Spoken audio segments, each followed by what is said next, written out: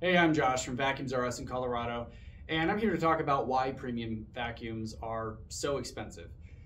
And I think it kind of boils down to business model and the different ways that different companies have of doing business.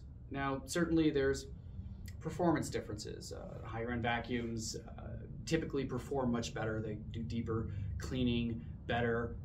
They filter the air that comes out of them better, which is often overlooked and really important. So sure, there's performance difference, but there's certain requirements on the back end that companies that make premium vacuums have that are not imposed on companies that make, frankly, disposable vacuums, right? So a lot of the machines that you see in department stores are truly disposable. And the companies don't have really a maintenance or repair structure to allow those machines to stay in service for extended periods of time. And I think we all know this. In my neighborhood, we have an annual a day where everybody can put out the large trash, right? And they put out, furniture, bookshelves and stuff like that that doesn't fit in our regular trash pickup. And during that time, I get out and I go to drive to work, and I drive down the street and I see vacuum cleaners lining the street, and they're all brands that I recognize that are sold in department stores. And the reason they're only a few years old, is because they do fail rapidly. And when they do fail, repair isn't really possible in many cases, even though it may be a part that might cost $3 or $5 or $6 or $7, $8, $9, $10. That part is not even available. The company never produced that part, that repair part. So part of the reason that premium vacuums are more costly is the companies that produce premium vacuums typically have an infrastructure behind them to produce, stock, and distribute repair components so those machines can stay in service for years, and in most cases with premium machines for decades.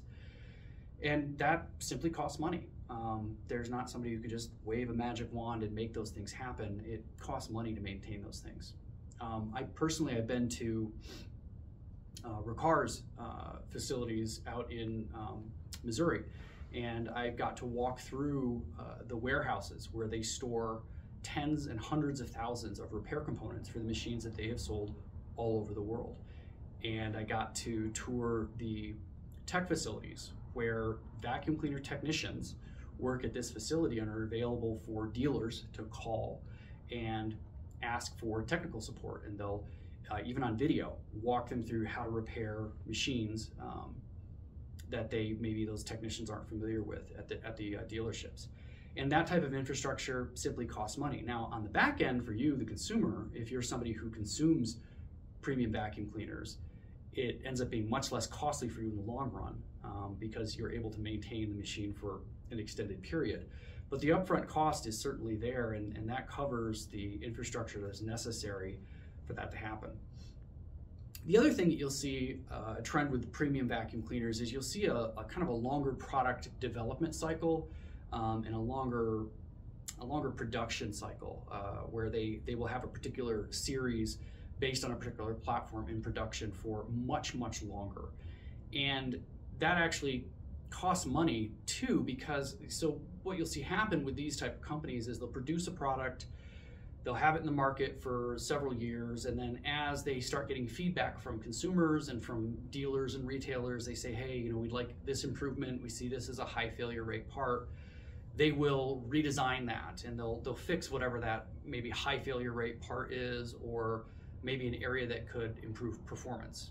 I see that particularly, I actually see that with Ricar a lot. They're very communicative about upgrades that they're making to their machines. So recently, their R40, which is their flagship tandem air, just their monster vacuum, they now produce it with a new brush roller that performs better and produces less static and just generally works a little bit better. They've been producing this machine for 20 years, and they're still continuing to create these product improvements.